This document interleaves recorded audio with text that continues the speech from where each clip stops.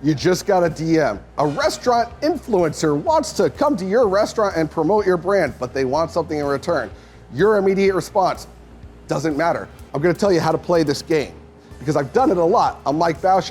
I own 12 different restaurants, 300 plus employees across 7 different brands, and I've built a system on how to do this. A marketing system, metrics, vision, planning, all that in the Unsliced restaurant system, getunsliced.com. But let's talk about influencers. First off, your natural response might be, this is super annoying, and I get that. I absolutely get that. But a proper influencer can add immediate revenue to your bottom line, like that. Because a proper influencer, again, I'll get to that, proper influencer has a built-in audience that you don't have, theoretically, right? So if you have 2,000 on Instagram and they have 50,000 on Instagram, this could be getting your product in front of 50,000 people. But here's the caveat. Is their audience your audience? Really important difference. So if you own a restaurant and someone says, oh my God, we'd love to push your brand, but you look through their feed and they're pushing handbags and vitamins and stuff that has nothing to do with food, that's probably not your ideal influencer. Now, go and click on the following that they have, whether it's TikTok or Instagram or whatever they're pushing, and see, hey, look through, are these people that I want as customers? That means, do they match your ideal customer? Are they local to what you're selling, especially if you don't have a product that can be sold outwardly? So if you're local, which you are because you're a restaurant, do they have people that are local? Because if they have a big national following, that does not matter to you. If they do have a national following, how much of that national following is local? If they have a big local following in addition, then maybe it matches. Now, what's their vibe? If they're coming to you and saying, we can do this and this and this and this and this, maybe, but look through it. If they're talking about political stuff, that probably doesn't match you. You don't want to push out something like that. If they're a fashion brand, but again, you're a restaurant, that doesn't match. If they're crapping on the food or being super controversial, that probably doesn't match you. If it does, roll with them. Another thing to know is, would you follow this feed? Would you, like really? If you're the ideal customer to your brand, which you might not be, but if you are the ideal customer and you dig their vibe and you dig what they're putting out there, then you should do it maybe and try and roll with it. Instead of that though, how about this? Be master of your own destiny and choose your influencer. That's right, look at people that you dig that are local on Instagram, on TikTok, wherever, and say, hey, this video's awesome. Oh, great, thank you. No, really, I super dig it. Then here's the catch. Don't do a deal. Just say this. Hey, would you like to come to our restaurant? I'll comp it. I just love to have you in. You do not need to do more than that.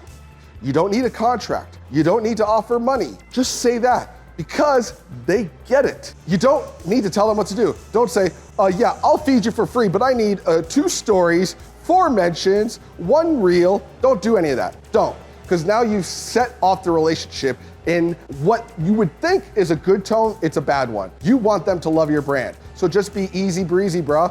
They've done content before, better than you, so let them do content. Just let them. Now, who's an influencer? I'll tell you this, people who say they're influencers are not really good influencers. If you see your local weatherman, which is a big deal here in Tulsa, is just killing it online, say, hey, come on in. Your weatherman might have a big following. You might have someone who's just someone in college who goes around and eats food. They're not overtly trying to be an influencer. They're just good at posting stuff. Hit up them. Hit up anyone locally that you follow first. First, start with that. Don't go after people that are self-proclaimed influencers, that are seeking to parlay this into a free Tory Burch handbag, because that ain't your bag, baby. You want the guy or girl who just digs food and is saying stuff the way you want it to be said. Once you invite them in, let them do it, set it and forget it.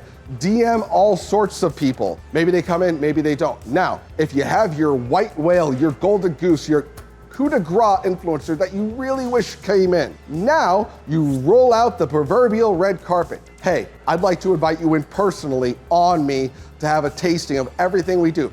Even if you are a podunk little single shop, 3 menu item in the middle of nowhere, a tasting of everything I do sounds a lot better than have some stuff. After you've had all that, I'd love to invite you to try this new thing we're offering. That way you can get some new swagoo off the new thing you're doing. And Offer them swag, offer them, here's a shirt, here's something else, here's this, here's this. You are going to wine and dine them and swag them up. Convert them to being your brand ambassador, and they will appreciate it. You're gonna stroke their ego, but in return, they're gonna talk about you, and that's a win-win because their reach is bigger than yours. Keep in mind, in the modern era, online viewership is above TV. So it's like you're paying for a spokesperson, which would cost in the 90s hundreds of thousands of dollars for food cost today.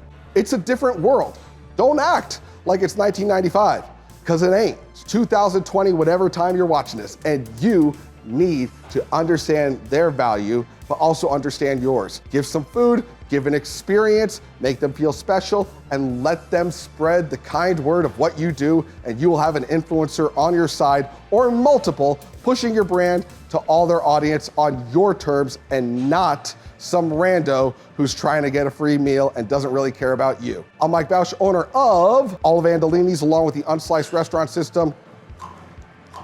GetUnsliced.com, check it out. I don't suck, I think you'll see that, and I'd love to help you take this problem and all these problems off your plate with someone who's been there, who's done it, who's systemized it, and wants other independent restaurant owners. Big corporate chains, sorry brah, not for you. Independents, let's hook up, let's take care of this, let's get you up level, do it together. GetUnsliced.com. I'll see you soon.